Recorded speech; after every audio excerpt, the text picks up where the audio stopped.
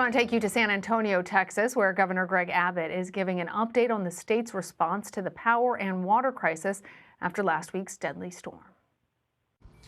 As of about an hour ago, there still remained about 30,000 Texans who did not have access to power.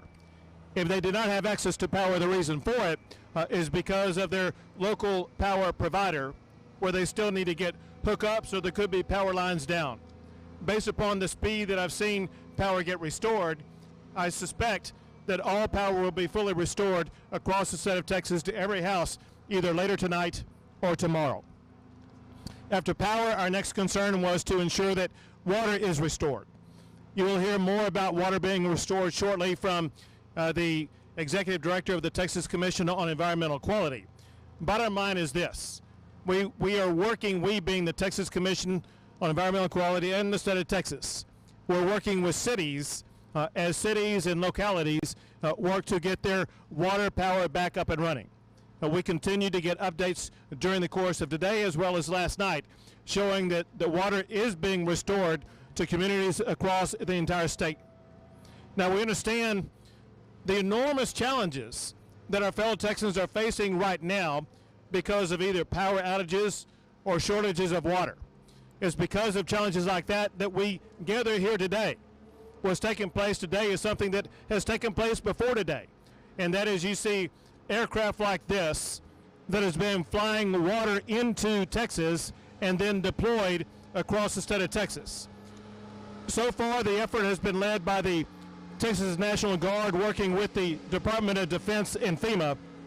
Together, they have flown 8 helicopters, flying 25 missions, 4 airplanes, flying 19 missions. And I do want to send my gratitude to North Carolina and Kentucky, who also sent aircraft to assist. There have been a total of 162 truck deliveries that have delivered more than 2 million bottles of water. And they, through helicopters and airplanes, they've delivered more than 1.4 million bottles of water. As you can see today, there'll be millions more delivered. The state is working with local communities to set up distribution locations. We are working in here in particular in Bexar County, but also working in all the counties around Bexar County to make sure that in the rural regions they have access to water just as much as people in Bexar County have water. Another issue concerning water, we're out here in above 60-degree weather where the sun is shining. Even though the sun may be shining on us, there are clouds looming over the lives of so many Texans right now because of busted pipes. We want to make sure that the state is stepping up to do everything that we can to help people in their homes who are trying to repair busted pipes. One thing that we're doing is we are bringing in more plumbers. Plumbers will be in high demand. We want to make sure that we have a supply that can meet that demand. We urge everybody who may have broken pipes to call a plumber as quickly as possible. Also, you need to be sure that you call your insurance agent as quickly as possible. Your insurance agent should be working with you. If you have homeowners insurance or renters insurance, they should be working with you to make sure those pipes get fixed. If you do not have insurance, you may qualify for a FEMA reimbursement. We have had FEMA assistance granted by the federal government, and a part of that is individual assistance that will assist individuals whose homes or apartments have been harmed because of the winter storm. If so, you will need to document any type of loss that you have. You'll need to be in contact with your local emergency response coordinator to make sure they have that information so that calculus will be provided to the federal government so you can get a reimbursement. In addition to water, we're also very concerned about making sure that we get food to the Texans who need it. There are so many Texans, too many Texans, who have gone hungry over the past few days. We are proud to see several things happen. One is there were some grocery store shelves that were empty just a few days ago. One reason they were empty is because their delivery trucks were unable to get to those grocery stores. With the snow and ice being cleared off the roads, there have been truckload after truckload of food deliveries to stores across the entire state of Texas, including right here in Bexar County. Your grocery store shelves are getting restocked as we speak. To assist that and to speed it up, I have suspended regulations to get more trucks on the road to deliver food and supplies. Also, I suspended regulations to get more kitchens to be able to prepare meals for Texans as long as those kitchens follow Department of State Health Services guidance on food safety. Also, I have requested a USDA disaster declaration to help agriculture producers. And the state is distributing meals ready to eat, blankets, and generators for anybody who needs access to those. Let me mention one last topic, and that is something that is alarming Texans across the state, and that is skyrocketing electric and power bills. Texans who have suffered through days of freezing cold without power should not be subjected to skyrocketing energy bills due to a spike in the energy market. So I held an emergency meeting yesterday with legislative leaders to begin the legislative process to shield Texas families from unreasonable bills. This is something that is being fast-tracked that legislators are working on as we speak at this moment in time right now. We will have meetings this week to get to the bottom of this, but also to provide relief and support to our fellow Texans. One thing that we had during that meeting, it was very productive in the sense that it was a bipartisan meeting, and Senator Royce West in particular pointed out we need to put partisan issues aside, work collaboratively together to deliver solutions for our fellow Texans. Along those lines, as we are speaking, there's a meeting being held by the Texas Public Utilities Commission announcing this relief. The Texas Public Utilities Commission called an emergency meeting today to issue a moratorium on customer disconnections for non-payment. They are also going to restrict electric providers from sending customer invoices at this time. And this pause will give them time to address the electric and power billing challenges that Texans are seeing. With that, I will pass things over to Chief Nim Kidd, the Chief of the Texas Division of Emergency Management. Thank you, Governor. And first, I want to thank the City of San Antonio, the City Manager Eric Walsh here, and all of the teams that he has brought together to help distribute water across the city and across the region.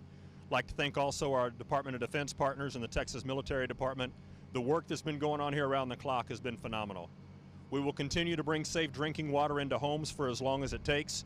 I also want to thank our FEMA partners. So far, just under 90,000 residents have called FEMA at 1-800-621-FEMA or gone online to disasterassistance.gov and registered with FEMA. I've had many conversations with the FEMA Regional Administrator, and we are actively working to add additional counties for individual assistance as those damage assessments come in. Governor, we'll turn it over to General Norris now. General. Yes, sir. A couple of things, General. Sorry, I called you General. Governor Abbott mentioned already about the aircraft. We're adding 4 additional C-130s starting tomorrow from the active Air Force, and that additional C-130 will be coming out of North Carolina, and the C-12 will be coming out of Kentucky. And they will be here tomorrow, and they'll be into the rotation. Some of the cities that we've already been delivering to is Abilene, Austin, Beaumont, LaGrange, Nacogdoches, Corpus, Del Rio, Ellington, Galveston, Laredo, Longview, McAllen, San Antonio, Tyler, and even more. Also, we have from yesterday, we were at over 3,200 soldier and airmen, Texas National Guard. Today, we had an additional 500 come in overnight. So, sir, we have over 3,700 Army and Air National Guardsmen out with over 265 transportation assets that are located in the 6 districts with Department of Emergency Management, and we're taking our orders from TDM of where they need to go. Thank you, General, and we thank all those National Guard for their service and what they're doing. For you all to know, those brown trucks over in that direction, the water will be sent to those brown trucks. There's some helicopters down there that are Texas National Guard helicopters. They will be airlifting some of the water to the locations that the water will reach. Now for the Executive Director of the Texas Division of Environmental Quality.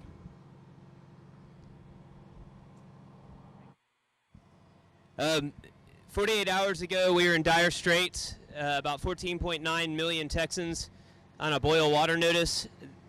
Last night, the night before last, it stabilized. We've seen about 5 million Texans come off of boil water notices in the last 48 hours. That's 215 systems that are now safe for your water to drink. Here in San Antonio, about 99% of the San Antonio Water Services service area has water.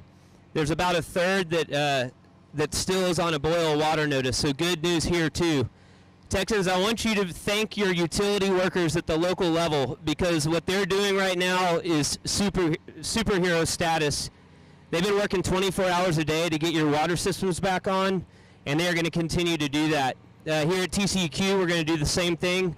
We're focusing on the rural systems. As these big systems come off, we're going to try to get those utility workers to not stop and go help some of their smaller neighbors around them. So we'll be working towards that as we go forward.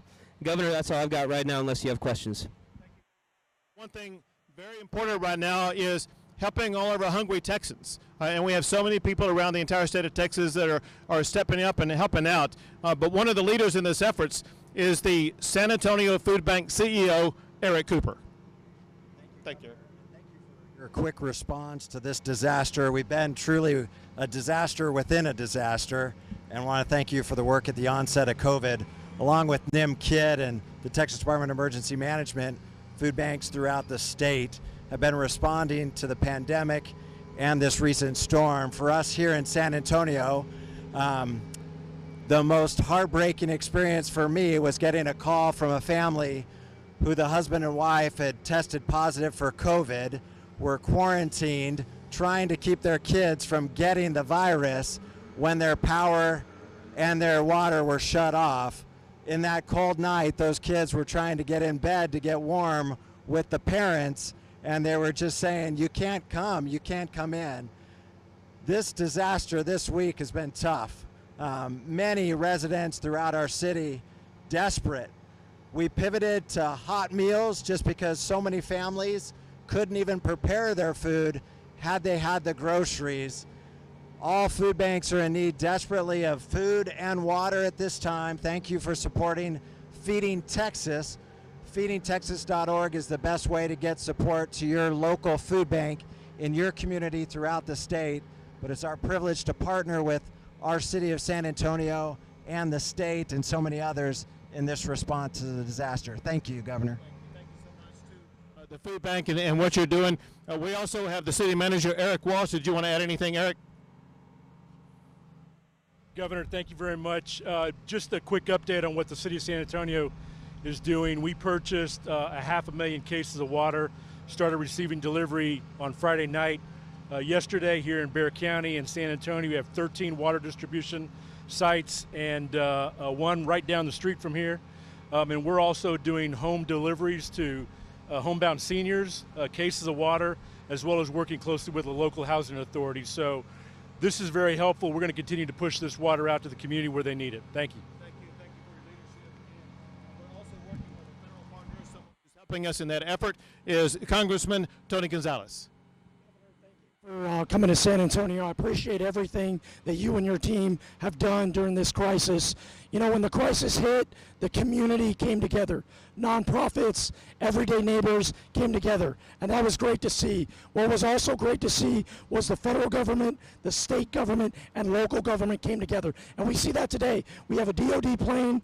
We have the Texas National Guard that's getting distributed amongst the community. That's what we need. I look forward, the Texas delegation, congressional delegation, looks forward to working with President Biden to make sure that all 254 counties of Texas are represented. I'll also highlight this. We're at Kelly Air Force Base. Kelly was shut down years ago. It is great to see Kelly Air Force Base lead this effort. Today, we're delivering water. Hopefully, tomorrow, we'll deliver vaccines. Take some questions. Do we have a microphone so I'll be able to hear? We'll take questions.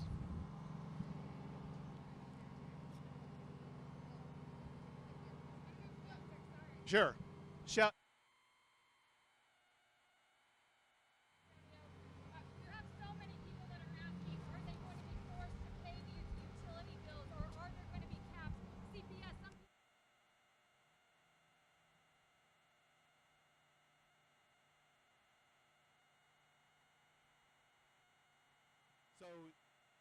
The issue about utility bills and the skyrocketing prices that so many homeowners and renters are facing is the top priority for the Texas legislature right now. That's exactly why I called that emergency meeting yesterday. Since yesterday through today, they've been working around the clock on solutions. It's exactly why the Public Utilities Commission put a stay right now, a halt on any further increases. And let me just repeat what I said to make sure everyone knows, and that is the Public Utilities Commission is issuing a moratorium on customer disconnections for non-payment, and they are also going to restrict electric providers from sending customers the skyrocketing invoices at this time. The legislature understands the importance of this issue and will work at great speed to fully address it. Is the state prepared to look into the rainy day fund to potentially winterize the grids to avoid this happening? We saw a freeze in 2011. We saw this catastrophic freeze this year. What would the rainy day fund be used for, if not this? First, to be clear, we will not end this session until the state of Texas is, and all of its power generation capabilities, is fully winterized, so we never go through this again. With regard to how it's going to be funded, every possibility is on the table. We will consider whatever options. We need to figure out the strategy first. And do you have any questions from other outlets?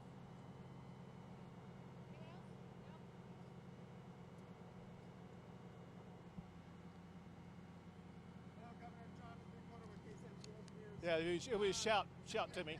There we go. What's your position on renewable energy at this moment? I know you had mentioned some comments earlier in the week with wind turbines and green energy. Where do we move forward now as a state after this? So listen, as it concerns sources of energy, Texas has been and always will be in what's called the all of the above category.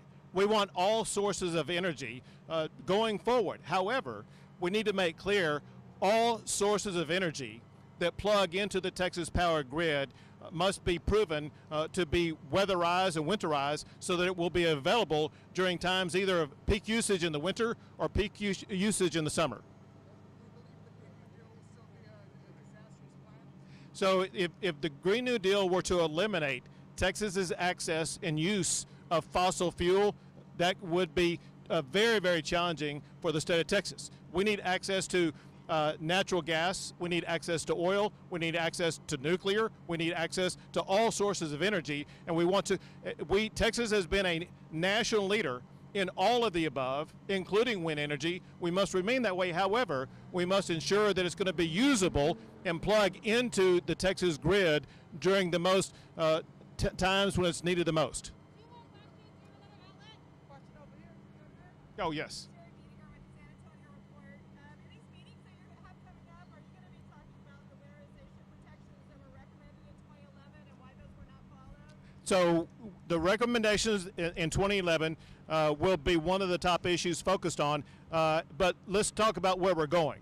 We will make sure when this session is over with that all of the facilities that Texans count upon for power generation will be winterized for the winter, but also summerized for the summer. We can never have a situation when we know, at least ERCOT knows, we're going to be dealing with high power demands. We should never run short of power again. Texas is the energy state. We need to make sure that we translate that into power generation to make sure that the power stays on.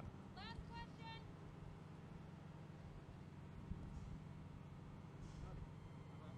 Yeah, speak a little bit louder. What are the lessons learned, would you say, that need to be revisited to ensure that something as catastrophic as this doesn't happen in this state? Sure. So several things have been learned already. One is that Texas as a state must step up and ensure that all of our power generation is winterized, and that includes every power source that plugs into the Texas grid. Second, we need to make sure that ERCOT is providing an accurate forecast. The state of Texas and the people of the state based decisions on the forecast that ERCOT made about the power demands that would be forthcoming, and they just flat out missed the forecast. We need to figure out what solutions can be delivered that will correct that. Then also, we want to make sure we deliver solutions immediately for the skyrocketing power and electricity bills that consumers are facing right now.